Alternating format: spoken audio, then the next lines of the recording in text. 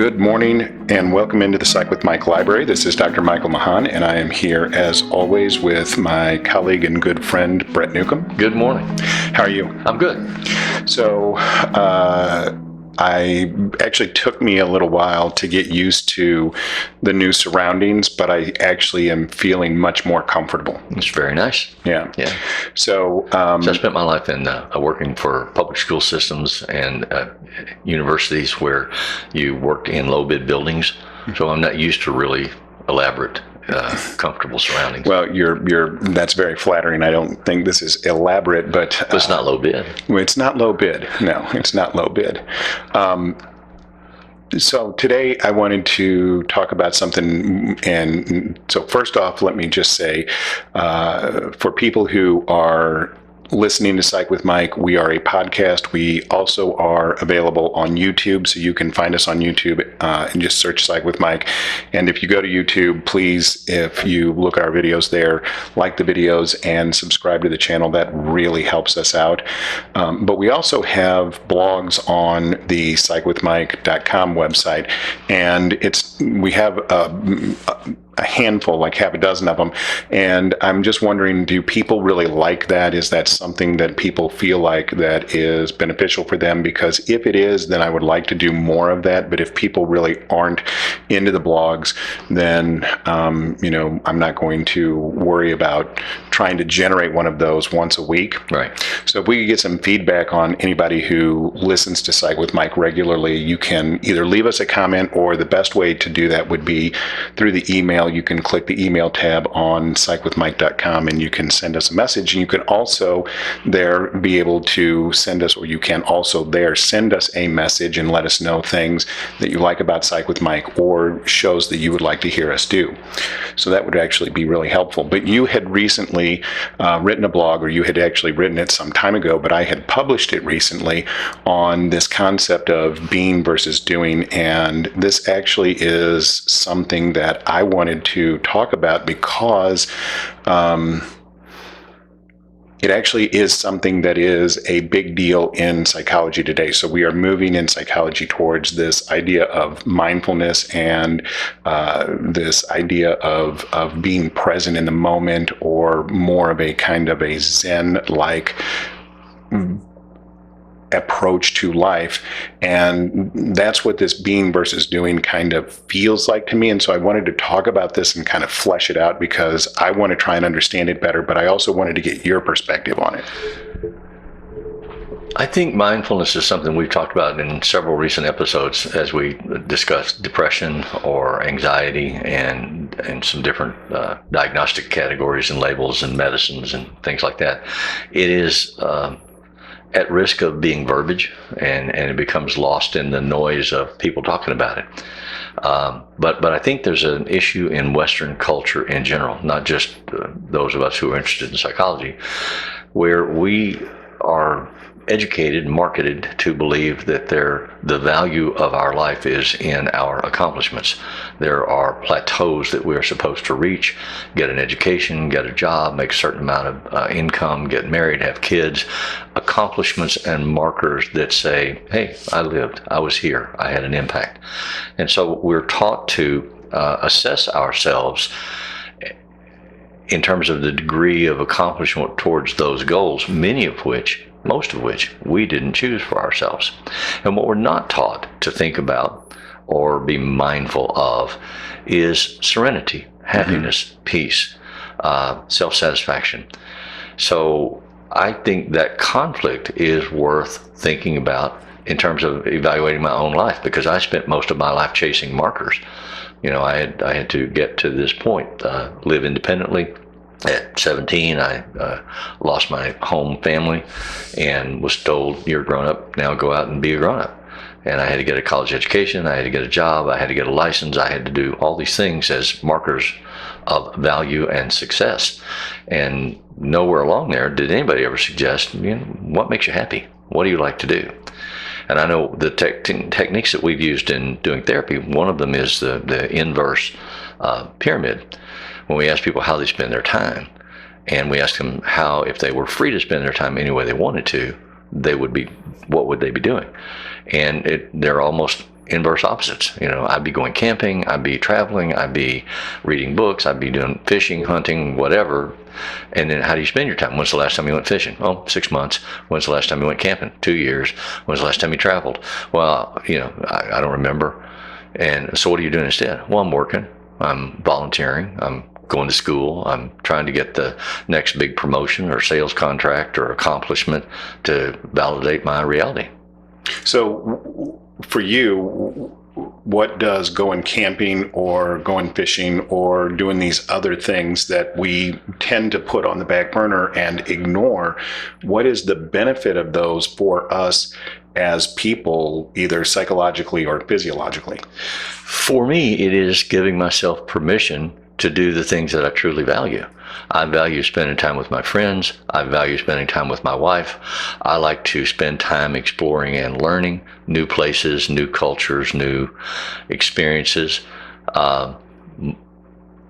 I even like work. I like the work that I've chosen. I've been really blessed that in my life I've had 3 different careers, each one of which I really enjoyed. So I mean, that's rare in comparison to the people that I talk to who feel like they're trapped in career paths that maybe they didn't choose, that life accidented to them, and they were accidentally a truck driver because where they were, when they were, that's what was available. Or accidentally a parent or a husband or a wife because things happened in their lives that they didn't consciously know that they were choosing. They didn't set out on that path. So we come back to this yin and yang about what validates you, what makes you feel like a good person, what makes you free to live the way that you want to live. And I just think that's worth exploring clinically. So then if we are preaching this idea of trying to have balance in your life and do these things that make you feel good about yourself and give you some sense of value in your life, then what I keep thinking about is when I read your blog, what I kept having this memory of when my kids were little, and I was still in school, and so I was working full time. I was going to school. I was trying to be a dad. I was trying to be a husband. I was trying to, do things around the house and help out and be a value-added member of being a part of the family. And so I was torn in all these different ways. And, if my kids wanted my attention, wanted me to sit down and play with them, I would feel torn between, should I sit down and play with them, or should I go and do a load of laundry, or should I, go do some homework, or and write your paper so you could turn it in on time. Yeah. That would have been beneficial. And I know that there were times where I would actually consciously think to myself, okay, you need to sit down and you need to be present with these children. And I think that was important. I think that was like really important. And so I'm glad that I would have the presence of mind to be able to do that. But I think that for people, I think most people would say that they experience anxiety either way. If I try and engage in going fishing and doing these things that I feel like validate me, then I feel guilty that I'm not doing the other doing things. Well, it's kind of like the Robert Frost poem about the road not taken. You can only make one choice at a time. So if I'm going to sit here and be present with my children and interact with them and connect emotionally with them, while I am doing that, I'm not getting the laundry done or the floor mopped or what have you. Right. So, ergo, the conflict. How do we educate our children to give them permission to pursue what makes them happy over what they are doing? How do we internalize that in our own lives? How do we help clients do that? Because if you think back over 35 years of counseling, a lot of the conversations that I've had with people is, I'm unhappy doing the shoulds that I'm supposed to do, and I would rather be doing something else, but I don't have the permission. I don't have the freedom. I can't do it. So do you think that clinically that the goal would be to try and address the guilt message that you feel internalized? Yes. I had many conversations with people about the definition or the understanding of guilt and shoulds.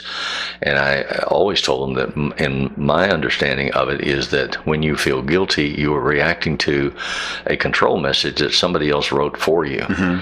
When you feel remorse, which is a distinction that I make, I can feel remorseful that I wasn't a better son, husband, father, worker, whatever. and I feel that about myself because of my judgment about my own performance. But when I feel guilty for not accomplishing something or doing something, I feel that feeling because somebody else has put an expectation on me that's a performance expectation. And you and I, we've talked about this before, and my distinction, you use the distinction between guilt and remorse. I use the distinction between guilt and shame, but essentially it's the language is different, but the concept is the same. And I think that those internalized shame or remorse messages are harder to be able to free yourself from. But I think that we have to actually, in therapy, we have to address both, because I could feel guilt and I could feel remorse over not doing the laundry. Well, so that's the distinction that I make when I work with clients. I say you have to understand that there are have to shoulds, which are the ones that are from the message that was introjected into you by your parents, your church, your society, and choose to shoulds, which are the ones that come out of your own sense of personal integrity. They may be the same behavior. So the way that you distinguish is if you feel angry. When, I have to go to work today instead of taking off for my child's birthday and spending the day going to the zoo with them, but I'm angry about being at work. So if you feel angry, then that gives you information that you can use to say, I will make a different choice. And that gives you an opportunity to move. So you can do it that way, but you can also do it when plateau markers occur in your life. You get fired, you get a new job, you move to a new town, a friend dies. When that requires you, because of the shock of the change, to reevaluate. Here I am at an opening point. A door closes, but a door always opens. So if I go through this door, how will I be different? How do I want to live differently? And maybe I don't have the choice to go through this door.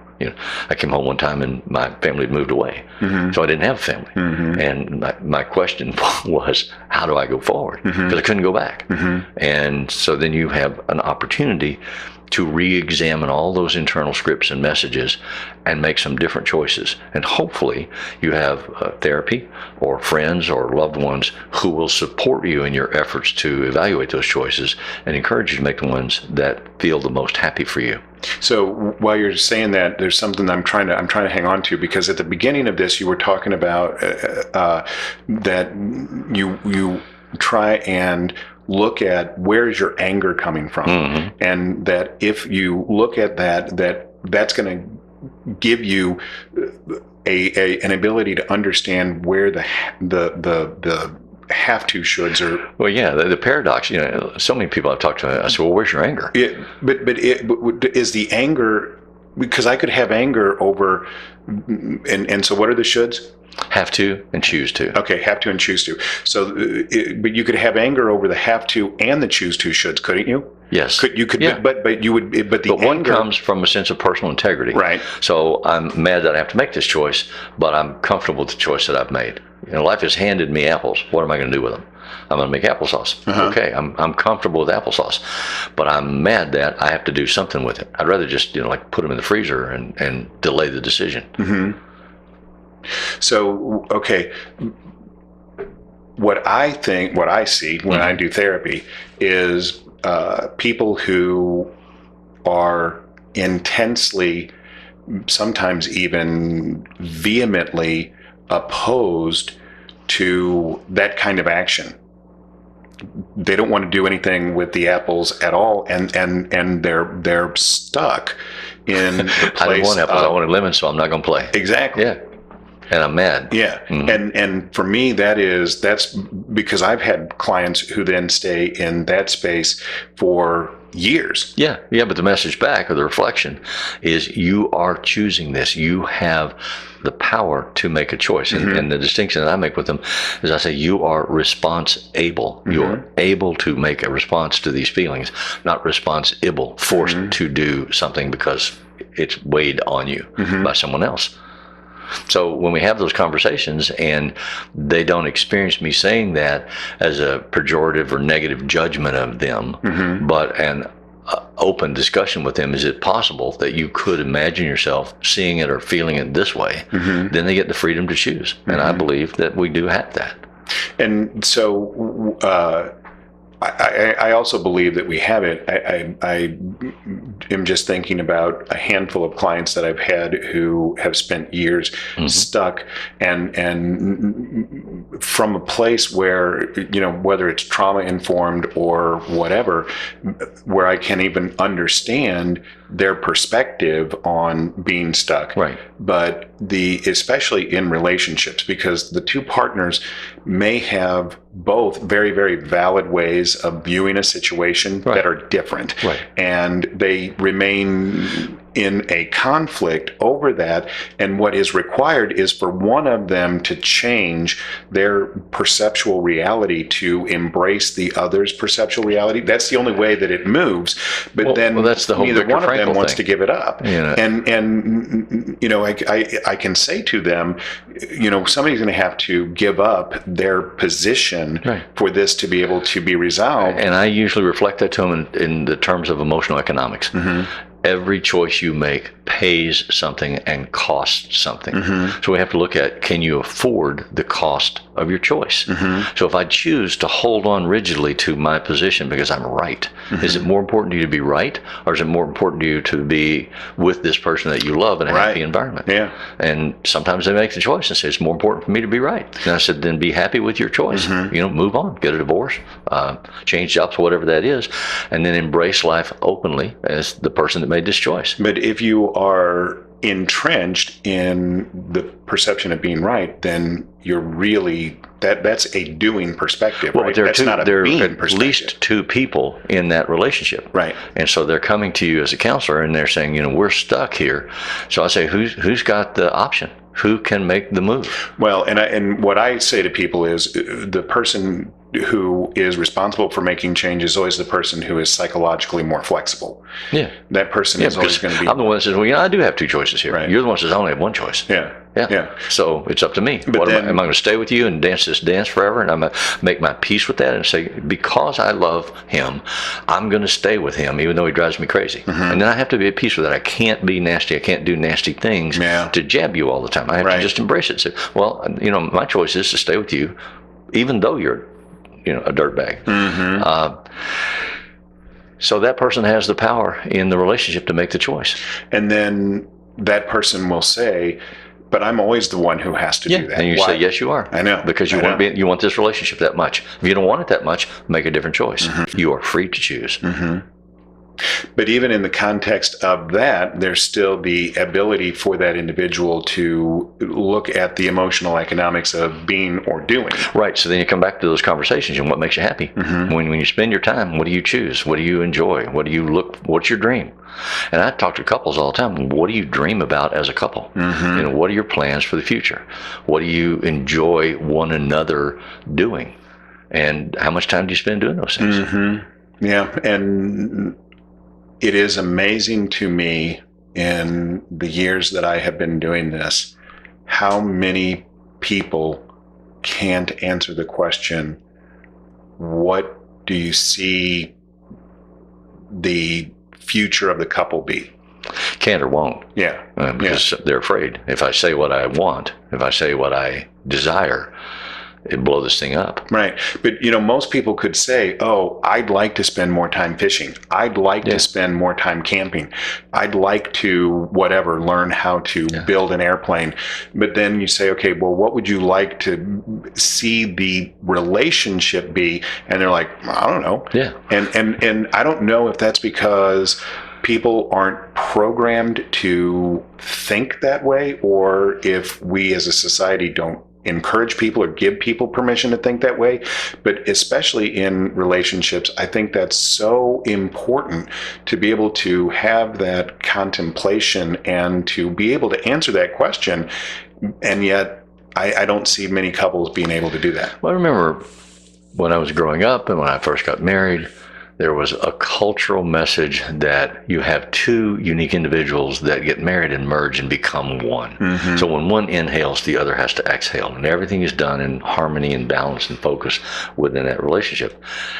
And I saw so many couples that internalized that script as what their marriage should look like, but it didn't look that way. And they didn't like it. And it wasn't freeing for them or growth oriented for them.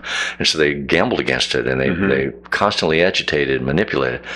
And I kept saying, well, you have to have some individual life and have a partnership that includes that, but still has room for you as a person. So we've got to have this balance point. So I don't know how much of this, because I think that by the time you were transitioning into retirement was just the time when this whole mindfulness craze was really That, in gaining fact, steam. is several. I mean, I'm at the age where people are dying. People that have been in my life are dying, and when I lose them, I try to evaluate what did I have with them, who were they in my life, and what's in my life now, and where do I want to go with that. But I think, and I've known you for a long time, that what I've seen in you since you retired, and I don't know if you would agree with this or not, is a much more focused attempt to try and be more present in a moment. Yes, and actually my wife was telling me, because she's had this conversation with me a lot, and she was out with the girls the other day for some event, and they were talking about retirement, and she said, I had such personality change when I retired because I got off of the rat race. I no longer, especially with men, had to say to a man, what do you do for a living? How much money do you make? What's your title? I just was like, I will say I'm retired. And so I don't have that competitive involvement with other males, although I have relationships with other males. But now there's a whole level of grading that I'm not subject to anymore. Right. And so I feel freed by that. And so that's what I am trying to now incorporate into my practice, is this message that the goal of being, or the purpose of it, is, whether you call it mindfulness, it doesn't matter what kind of verbiage that you use to describe it, but for individuals to try and be more present in a moment rather than focused on a period of time when they could be happy, because that time is always in the future, and it doesn't matter what you accomplish, that time will always be in the future. Right. And yet, if you can experience something, even if it isn't happiness, contentment, or solitude or serenity in the moment, then you've achieved it, and then you don't have to continue to be like a rat on a wheel. Right. And to get people to hear that message and then learn how to do that. How do I look in the mirror today and say, I'm pretty content? It really takes the ability to sit quietly with the self. Yeah. And to be able to contemplate that, or at least accept that. And I think people have a really difficult time being able to do that. Okay, so hopefully this conversation is beneficial. Again, please get us at psychwithmike.com. Let us know about blogs. Let us know about any shows that you would like to see us do in the future.